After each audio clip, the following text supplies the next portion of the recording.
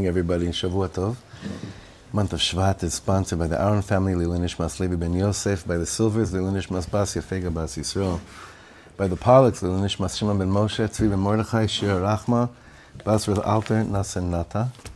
Anonymously is sponsored for the Refuah Shlema of Sarah Bas Rachel Fega, Balka Elka Bas Peril, Shoshana Yona Bas Elo, Hila Bat Ilana, and Yisrael ben Adina.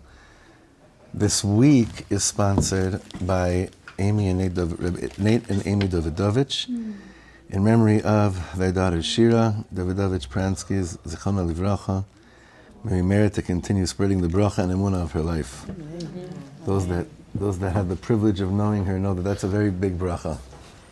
That's a very big, beautiful bracha. Okay, let's give out these pages.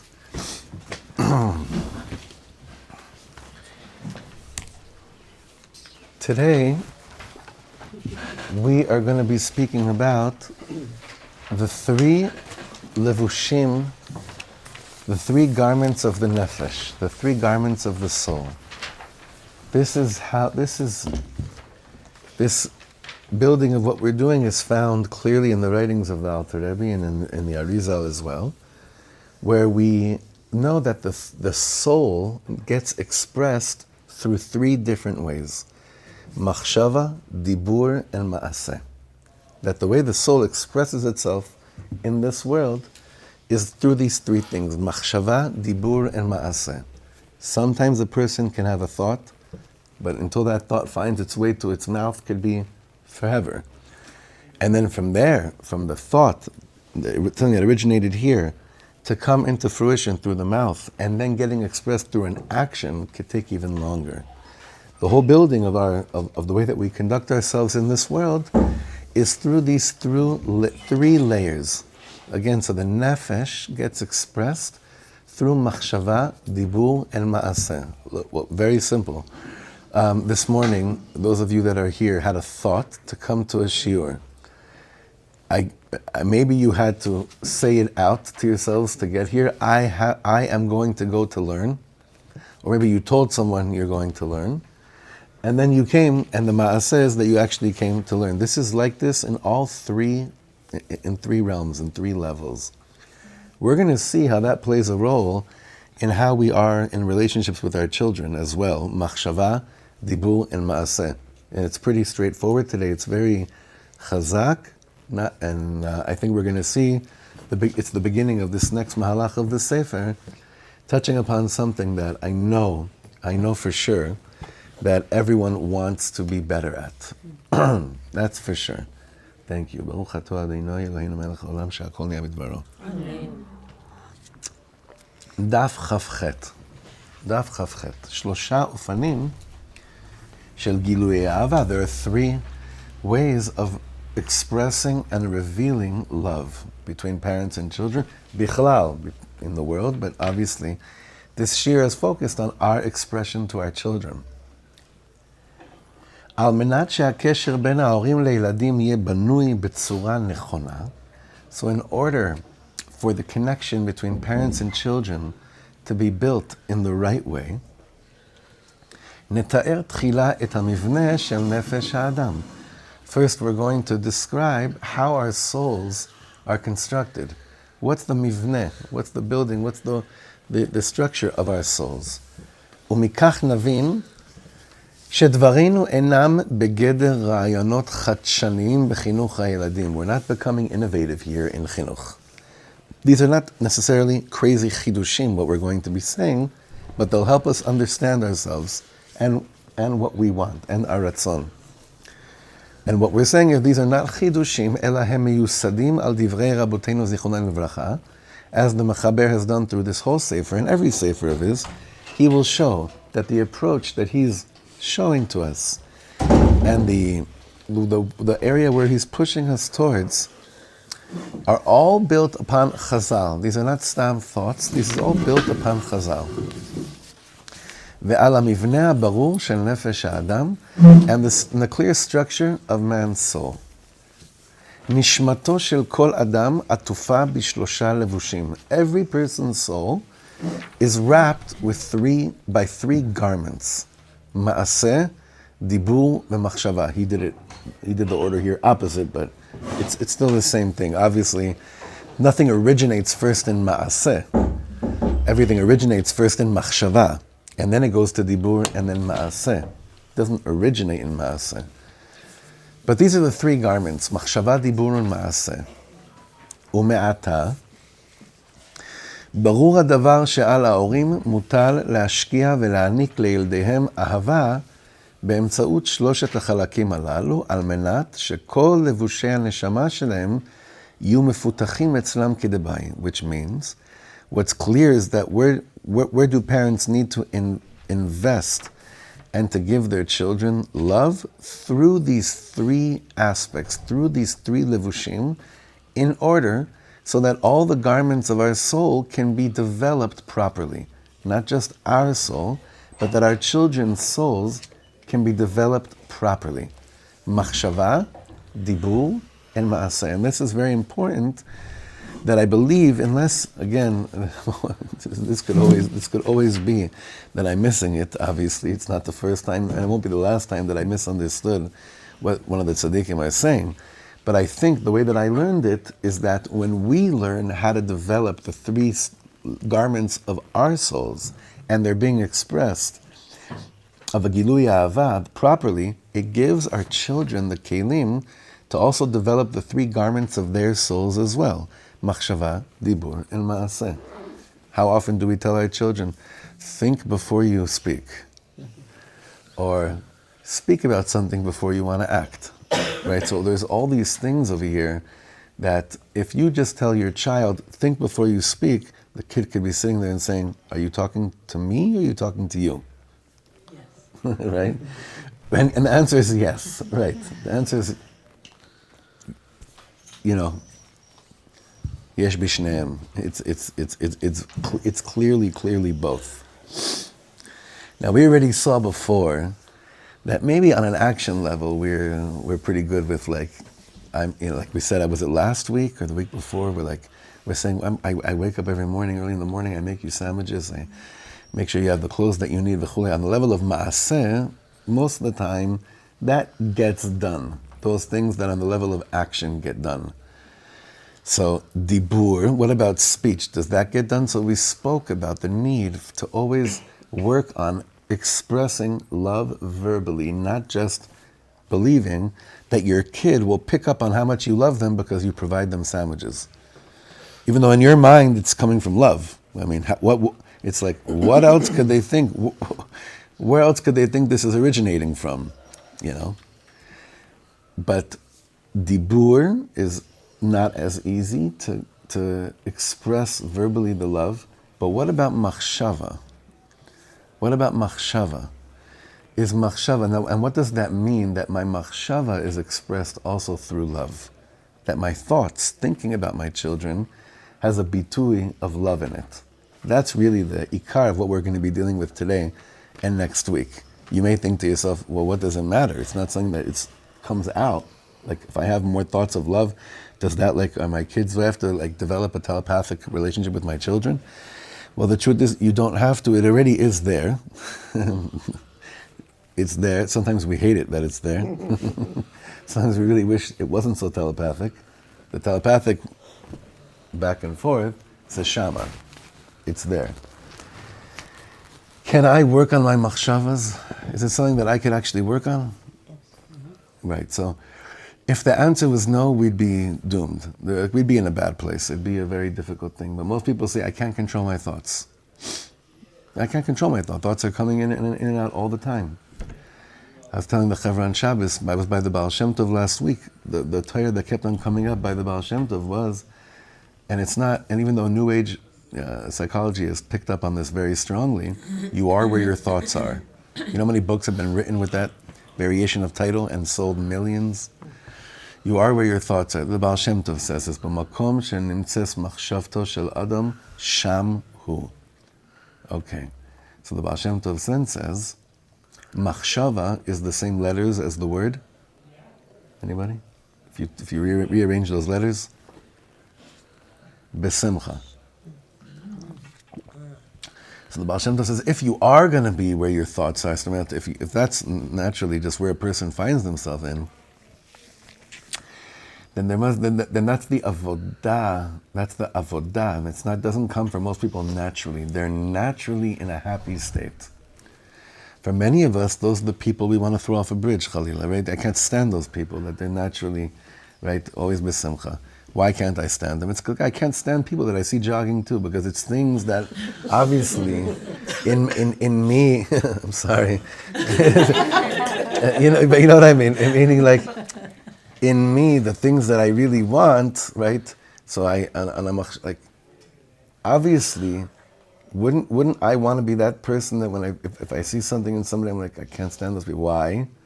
Because I wish that was my Machshava, which would then lead to a dibbur, which would then lead to a maaseh, right? This is the Seder Hadvarim. Seder Hadvarim. We're gonna, yeah. This is a question. Does the lave play a part in this though? Okay. Does the heart play a role? Okay. I'm so tempted to answer you right now, and I'm not going to. No, I'll tell you why, and I'll explain briefly why. Where does the lave, like if we just say Machshava, dibbur, ma'aseh, where would you say the lave would fall into these three categories? If you had to choose one of them, where would the lave fall in? Before the Machshava. Sorry? I'd say before the Machshava. Before Machshava. That's why I justify my decision to not answer you, because you are opening the whole Tanya right now, okay? Which we could do that also, and there have been shurim on that also, but that's a whole sugya. For now, I'm just going to answer it like this: the machshava, to have a good thought, which would lead to a positive word, which would then lead to a positive action, is basically the flow of the blood that's flowing from the blood into each of the areas that allow us to then go out and do things. Elamai, what's the problem? What causes a heart attack, lo aleinu rachmana litzlan? When what gets clogged, the artery, then that means that what's not flowing through? Life force. The dam, ki nefesh, dam adam, the dam is the nefesh. So when things aren't flowing the way that they are, that means there's a clog coming from the heart, not in the machshava, not in the dibbur, not in the ma'aseh. Actually, that which feeds life to all three areas, to the moach, to the faculties of the mouth, and of course to our hands and everything else that we do. So the lave is infinitely part of this whole structure. Obviously, without it, en sikui to do any of the things that you actually want to do when it comes to expressing love. When it comes to actions, there are people that can build huge things in the world and not use their heart. Unfortunately, sadly enough, there are also people that can attempt to give over the word of Hashem and teach Torah without using the lave either. These are very. I'll share with you. I was once somewhere that I was in the room, and there was a Rav there that was teaching, and he didn't mean bad, and he called me afterwards and apologized right away. But he was kind of like, he's not used to that kind of talk, so he kind of said, "Okay, Chavra, you ready now to go forward? Are you ready to open your hearts?" And they were like, like a giggle in the crowd, because it was obviously mimicking the way that I not only talk, but I believe in with all my heart and soul. So there was a giggle, and then, because there's a head learning. Learning's head. You have to learn something, you have to understand something, and that's how you build upon something. My Rebbe never said, Chavra, I want you to open your minds. He never said, I want you to open your brains. For that, you go to for a biology class, you need to open your brain and figure out how things add up. For Torah, for Dvar Hashem, for the things that it's Hashem expressing His love for us, well, you have to open your heart. You know what the biggest problem is with that? What's the biggest problem with opening your heart? Huh? Breaking? Well, yeah, but what's the problem? What prevents us from doing it? Well, the brain, or that no one knows even what that means. What does that even mean, to open your heart? What does that even mean? End tangent. Going back inside now, okay? Let's say that again. No, because obviously this stuff for me, I can go on,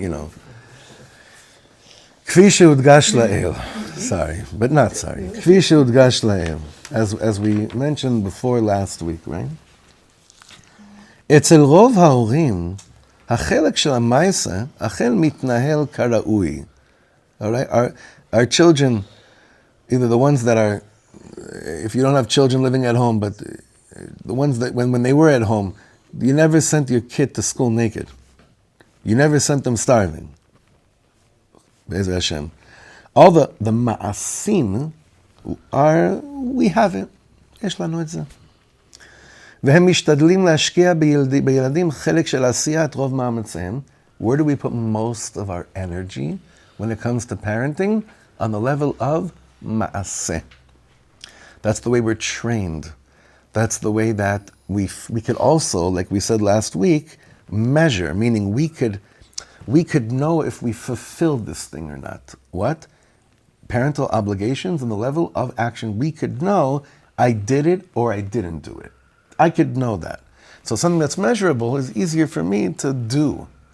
It also fills me with more satisfaction. I'm not saying we do it for that reason, but I feel responsible. I feel like I'm living with my obligations and my responsibilities. The thing is that that's just a third of the neshama. That's just a third. That's the ma'aseh. What about machshava and dibbur? Well, let's go to dibbur. Dibbur we spoke about last week. L'umat zot, ברוב המקרים החלק של הדיבור טעון שיפור. We could always be better with the way that we express verbal love to our children. I mean, any parent that says, I tell my children I love them enough is missing something. Even though we spoke about it last week, we have the children that cringe every time they say, I love you. Chalila, you should say it in front of one of their friends. That's the worst thing in the world. But, it took me many kids to understand that one. It took me a lot of kids to figure out that in certain cases, to show extra love in front of other friends is not always the smartest thing. We're talking about when it's not, dafka in front of other people, but in general. But, החלק של מחשבה כמעט אינו קיים ברוב הבתים. This is amazing.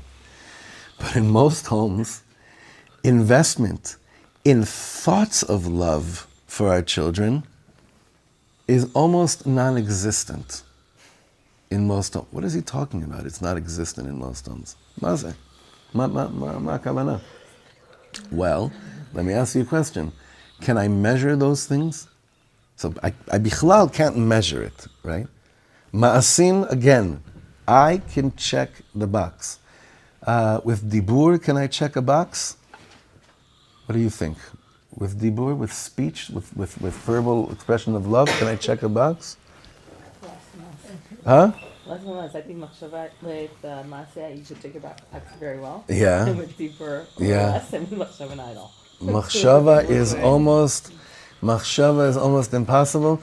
And one of the reasons as well, and this may seem like, here it's less weird, but in certain places may be weird. What does it matter? Like expression of love through words and action matters. Those things matter. Sitting down and thinking love about my children, Bemet, does that matter? Does that actually do anything? It affects everything else. Sorry? It affects everything else. It kind of snowballs it. If Yafeh. I'm thinking, she really pissed me off this morning. When she gets home, I'm not speaking very nicely. Right. So meaning, it has a hashpa'ah on those other two things that I more or less am aware of. Definitely. What about if things are, you went to a negative thing? I'm saying, go think a positive thing. What happens? Your child was sent off, Baruch Hashem, got a nice hug, I believe in you, smile, they go off to school happily, they have everything they need. And I'm not saying that those things don't happen. They do happen, Baruch Hashem, and they should keep on happening more and more. What about, is there a need for me then to spend any part of my day thinking how much I love my children? Or is that just a nice bonus if you have it? I would think that the thinking part would very much tie into tefillah.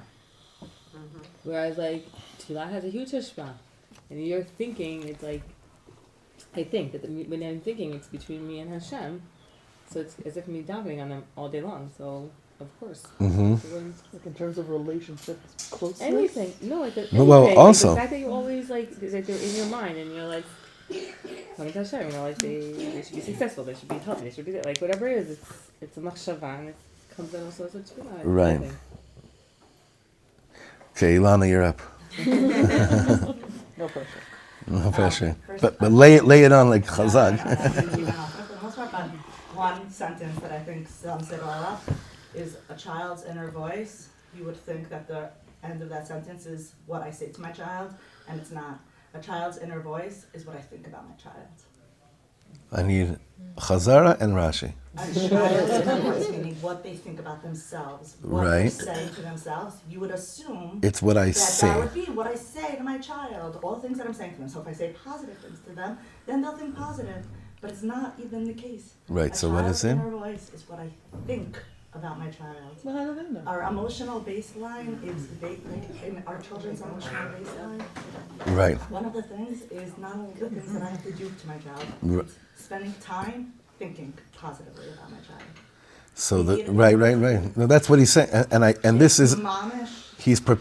We're going to go into this very deeply, but of course there's a preemptive strike here, not a strike, a bakasha to understand this deeper. You said, but how do they know?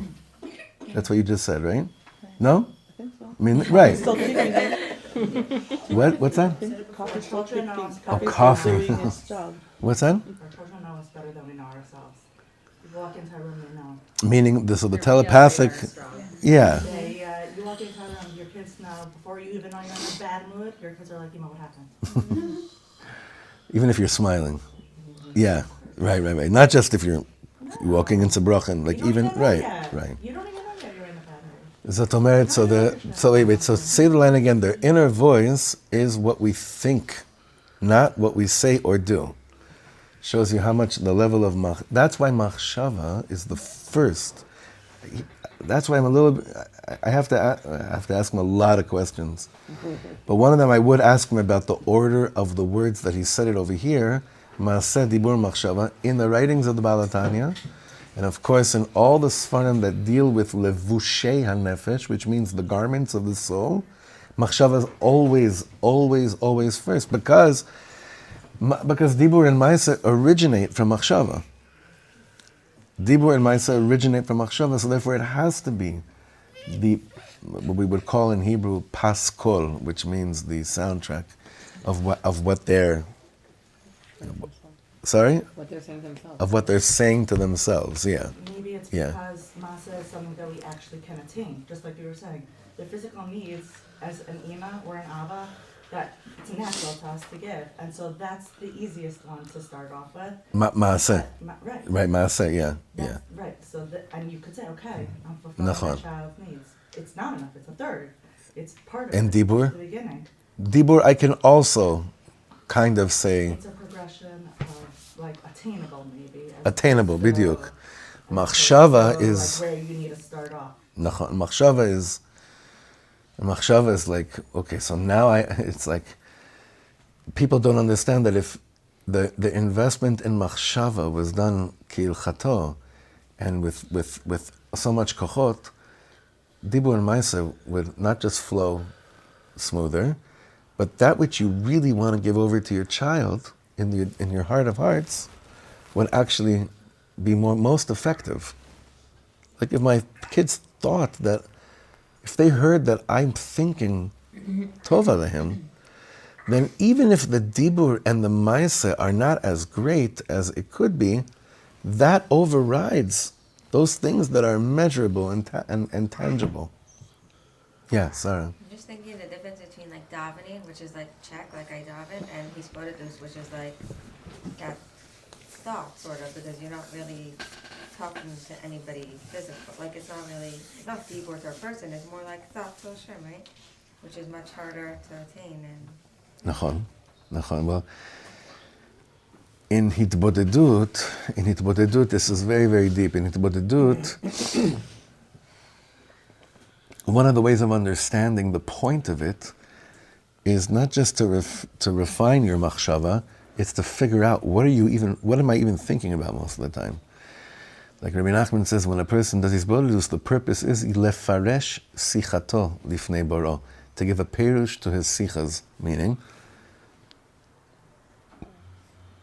to give a perush to the chatterbox that's happening anyway all day long, but for it to actually come out in a way that I can do something with it.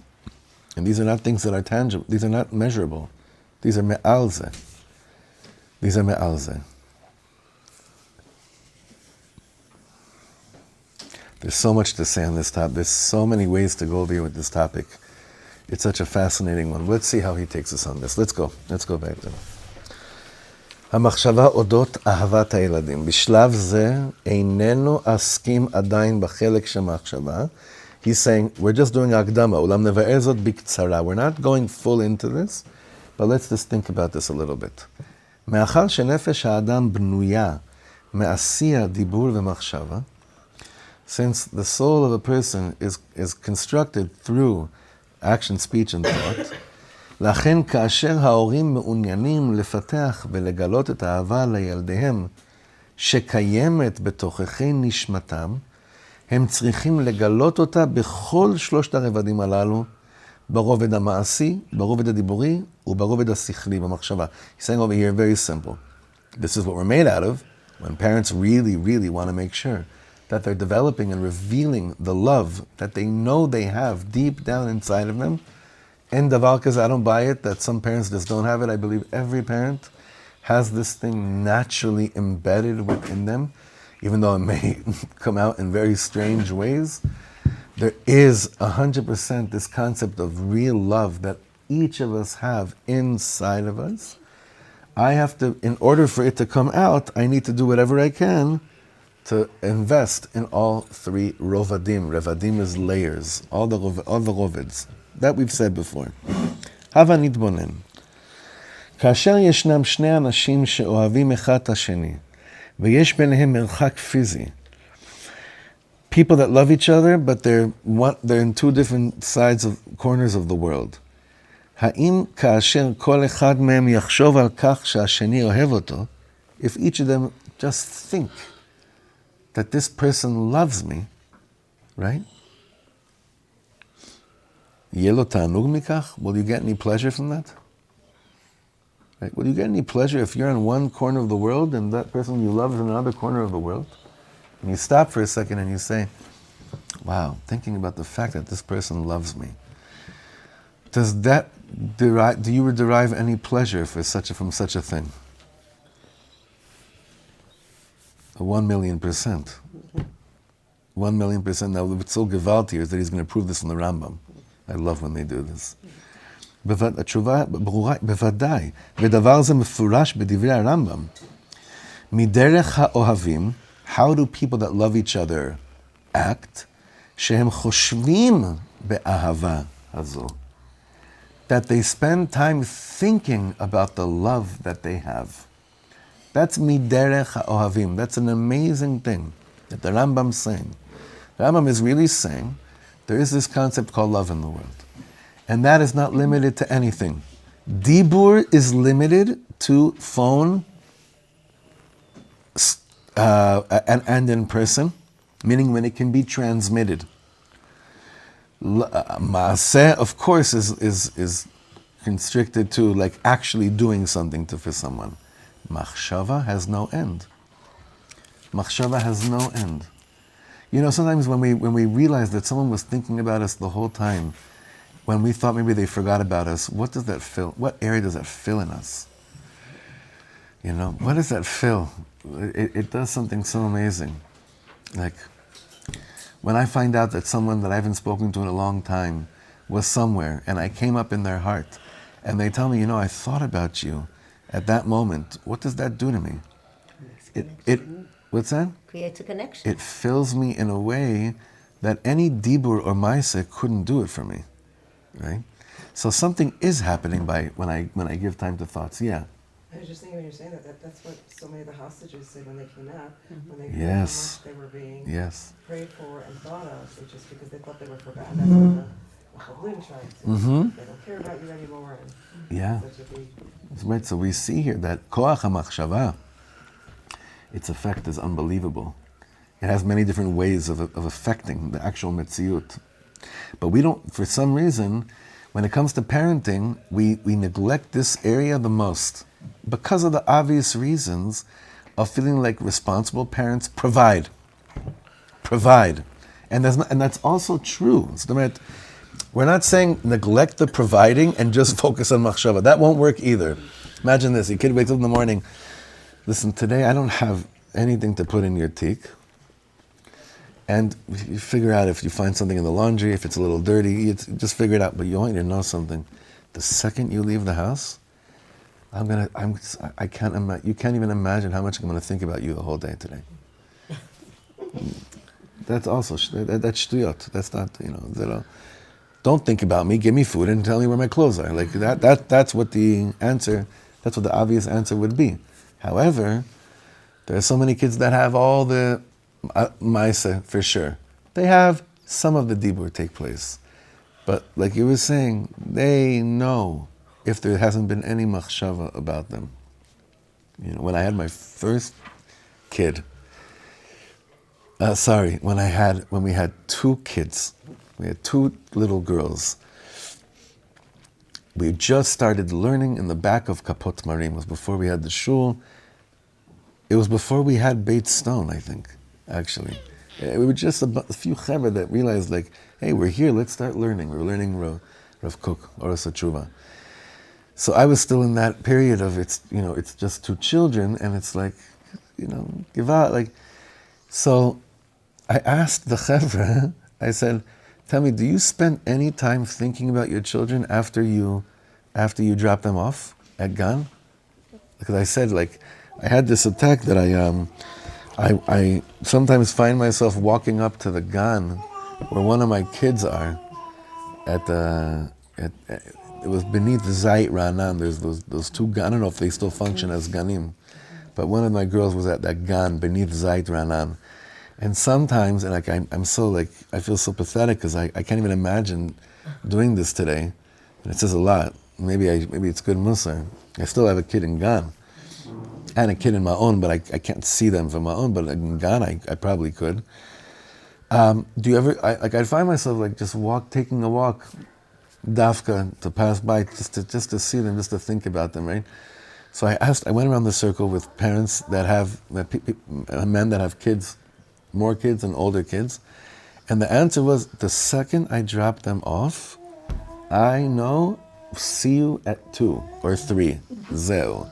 Then Abba needs Abba time to make sure that I can make as much money as I can in order for you to have everything that you need when you get home.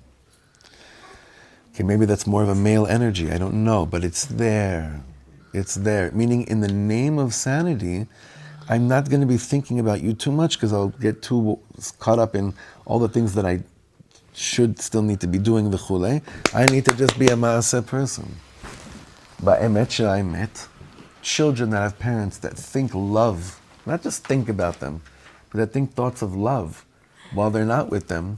When they come home, or when you pick them up, they're meeting they're meeting a beautiful picture of a Machshava dibbur Maisa relationship. Yes? This just sounds like a reframing opportunity. Like you can still be thinking about all the things you need to be doing, but from a place of love. Like I'm going to the grocery store, I'm going to make dinner, but adding that element of, no, I'm doing this from a place of love, not just office to get things done, to get to that point where they're going to come home. So that's one layer. Now, what's a deeper layer of reframing thoughts? What's a deeper layer? Because you're onto it. It's clear. That's still attached to the action. So I'm like putting more intention behind the action. What are we saying when we're saying? And by the way, that needs to happen. Like that's what we were saying last week. We must do that. We must go back more and more into remembering why we're doing it and enhance the experience that it should be clear to us more and more. And then when it's presented to the child, it's clear it's more from love and not just obligation and responsibility, 1,000,000%. The next layer that we're speaking about is, it's not about what I have to do for them. It's thinking about their existence. That's a geschmack level. Our children are not, like the word in Hebrew, the bitui, that I feel most connected to is lo muvan me'elav. Now, what does lo muvan me'elav? Lo muvan me'elav means it's not a given that we have them. That's the outer layer of lo muvan me'elav. The inner layer of lo muvan me'elav, it's not a given that this character came out the exact way that they did. Ze lo muvan me'elav. Ze lo stam. And I think thoughts of love, just about everything that makes them who they are. Everything that makes them who they are. So you may say, do you think I have, what's it called? Like network, bandwidth. What? Mental load. Yeah, like do I have the space to start putting time into that? So here I want to say like this. The Alter Rebbe says in the Tanya, he says no, not in the Tanya. I mean, I'm sure also in the Tanya you could derive it, but he says it in a piece in Likutei Torah that I once learned by Rav Shlomo Katz and Judy, that there are two types of thoughts in the world. There are thoughts that the more you think them, the more your brain gets clogged and you have less space. There are thoughts that the more you think them, it sounds crazy, it produces more space. You actually have more. It's like there are certain breaths you take that make you feel more breathless. Takni otei mani toeh. And then there are places when you learn how to breathe with love, you actually have more space to breathe. It's such a wild thing. So with thoughts that we're speaking about, we're talking about the type of thoughts of love that don't add on to your load. Afuch. It doesn't add on to your load. You don't feel more. And this also, and now this. I just want to catch up on my binge watching. Like azvuti. I have those 2 hours in the morning. For my child's mental health, I need to just watch that next episode. I don't need to spend time thinking about love. You know how many more episodes you could watch benachat if there was time if that's what your thing is? If thoughts of love were something that we're dedicated to every single day, right? Yeah, even. I just think it's so interesting that we really struggle with the Machshava piece because really you could look at it as like a total like freebie. Like, right. Like you don't right. have to do anything.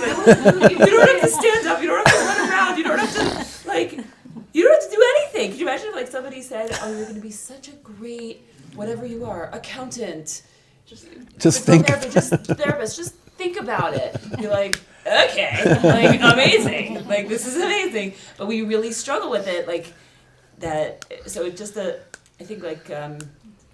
Part of it is maybe like a muda'ut issue that like even to be aware that it's something to do that is beneficial, but it's just I'm like sitting here thinking about it and thinking that it's just a funny thing that we're struggling with it when it should feel something that you're like, really? Right. So like, I could sit in my car like I got this. I can think. Like I know how to do that. You know, like, but it's just like. Having to have that awareness and like channel it to that specific thing that maybe makes it more challenging. But like I think maybe if we reframe it again, like and look at it as like a gift and like this is sort of like a freebie of a way to be a great parent, then maybe we'll be more inclined to like start from that. So why don't we? Take advantage of it. Right? So why no? So like there's got to be a logic behind it. So why don't we? If it what's that? Unaware, vulnerability. I think we're also. Negativity bias. Sorry? Negativity bias. What does that mean? Our brains are, it's the way Hashem made us. Our brains automatically go, because we love them so much, we just are worrying about them and we want them to be so amazing.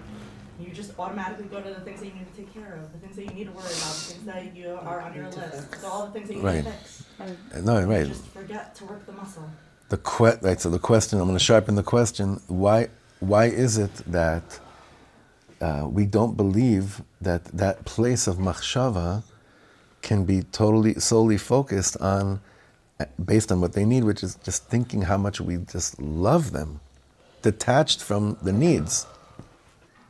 Yeah.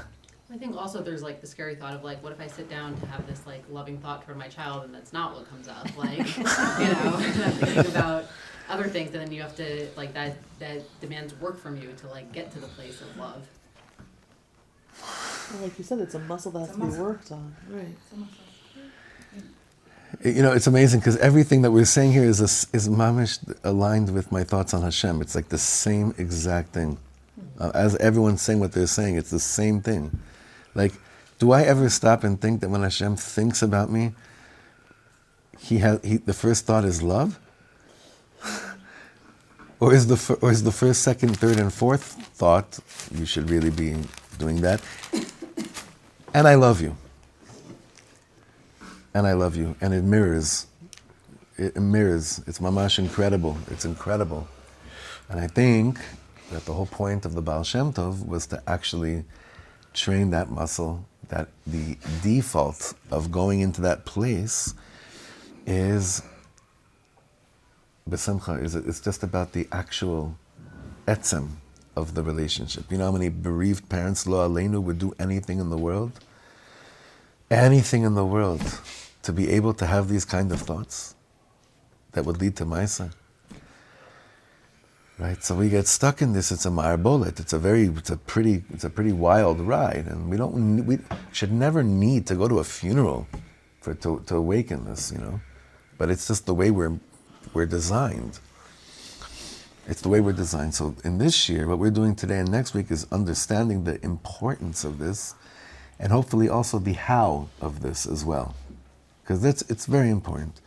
And just to go back to what Aliza said, I think that's an ikar nekuda that we have to explore. Why is it that if I actually if I said I'm just gonna think about my child, what could be stronger than the love that I have for them that can get away and block that precious time and clog that precious time, which should just be about that? Like, how could it be? It's a choliot.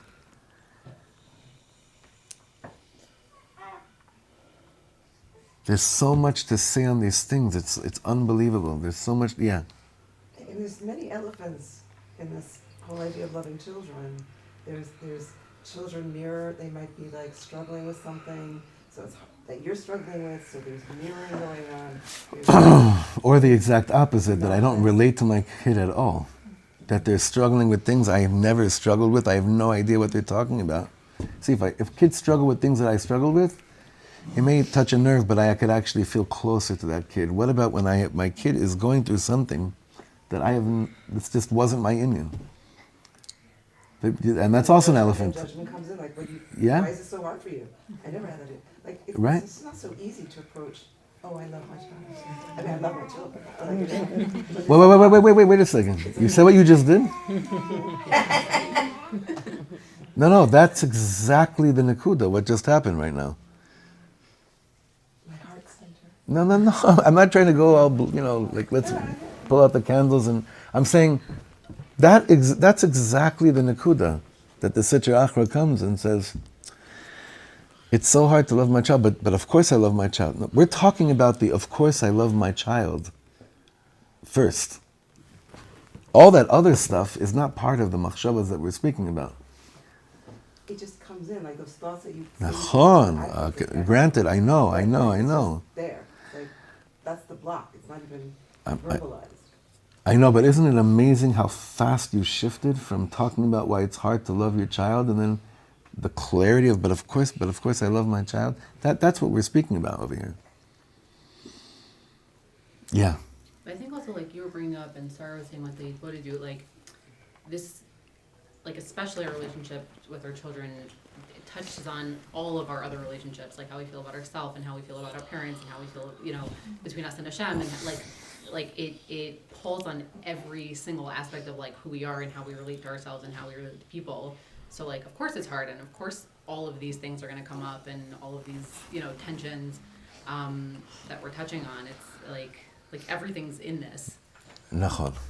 That's why it's the hardest one. That's why it needs most investment, because of what you just said. Yeah. I think there's also a piece, well, at least for me, like of what you had said about the masa of like you could check a box, like you could know if you made a sandwich or you didn't make a sandwich. You either made it or you didn't make it. Right. With the Machshava, I feel like there's also this idea of like, did I do it enough?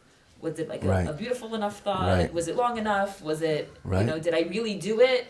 Or do I need to do it more? Or, I don't know, like, it's, right, it's not as quantifiable as, did I make the sandwich or did I not? And I think as humans, we like thrive on that, Right. tangible success, of Betach. the goal that we set out to do. Betach. Like this being not tangible and not really measurable, because it's different for every child Every day. in every family, and it's different for every parent in their family, and vis-a-vis each of their children. So it's much harder to like feel I did a good job. We got this. Like, For sure. 100%. That's what makes this avoda that much more challenging, but worthwhile, because that's what we want. 100%. Everything that everyone's saying is just, זה פשוט מוסיף על הקדושה של העניין. If something wasn't that holy and that important, it wouldn't be that complicated. As holy as sandwiches are for kids, it's not, again, what we're talking about over here is the roved of the nefesh in its core, in its origin. It's the layer, it's the levush of the nefesh in its origin. We believe in neshamas. We believe in relationships with souls. This is the soul relationship. I was saying this over and over again. Man, Hashem should forgive me if I'm completely off, but it seems like this is it. Ukraine is soulless. I did not see any, I mamish could not believe how many people that look like human beings didn't feel like they had any souls. I know this is sounding pretty insane, but those of you that have been there know what I'm talking about, actually. Can you say such a thing about another person? I know. I'll smach the 6 million and the millions of other Jews that are buried throughout that whole country. You saw last week, that's lovely. Sorry? I thought you were relating to what you saw last week, so. What did I say? What do you mean last week? Were you in the Ukraine last Yeah. I'm saying that I was asking myself the whole time, like, why is it that over here, everywhere I go, I mamish feel there's no soul? And the only way I could explain my experience is that it is absolutely because the country is drenched.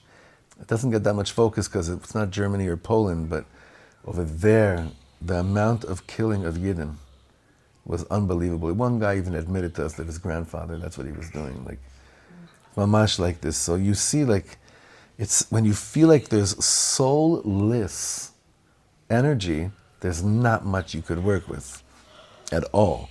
So the relationships with the drivers or people working on the streets, it's like very limited in that we are people of the soul. We are Anshe HaNeshama. That's what defines us. That's our whole thing. And the strongest, like the deepest place in the core of the neshama is the Machshava. And only afterwards is dibbur and maaseh. Therefore, the other side, the dark side, will give its greatest fight over trying to not give you access to the place of Machshava. Because when you get access to the place of Machshava, your child will experience a life more or less of Gan Eden in this world, which is what the other side doesn't want. And that's why this avoda is the hardest one so far. Okay. Bottom paragraph. We'll just do this bottom paragraph. Hare. Shamusag lachshov be'ahava, thinking in love, eino mechudash. It's not a new thing. Ukayam bedivrei raboteinu. This is something that we have in the words of Chazal. V'nifsak barambam lahalacha be'inyan ahava sabore. What did he just say here?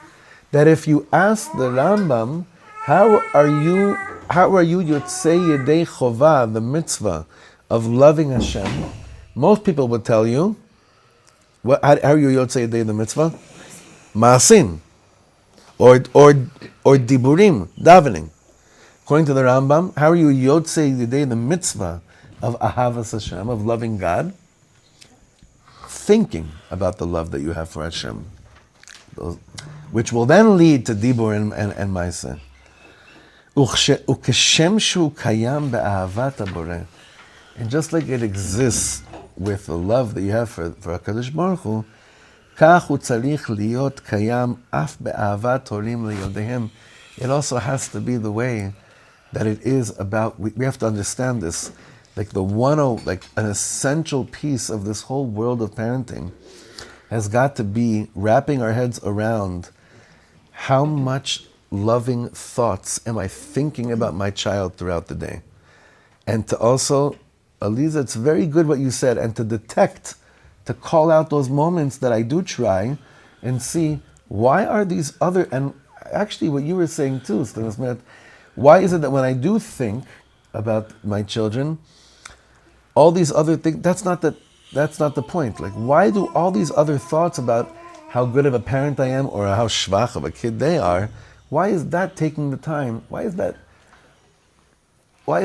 polish? How do you say polish? Invading this precious,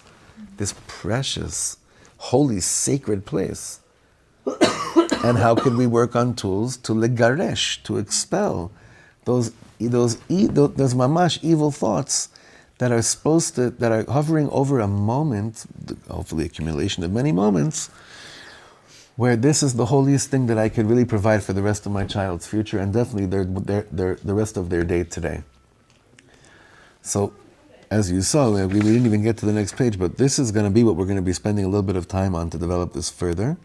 And pay attention, pay a lot of attention to this area this week, and then come back. We'll come back next week, B'ezrat Hashem will continue. Okay? Yeshar koach, everyone.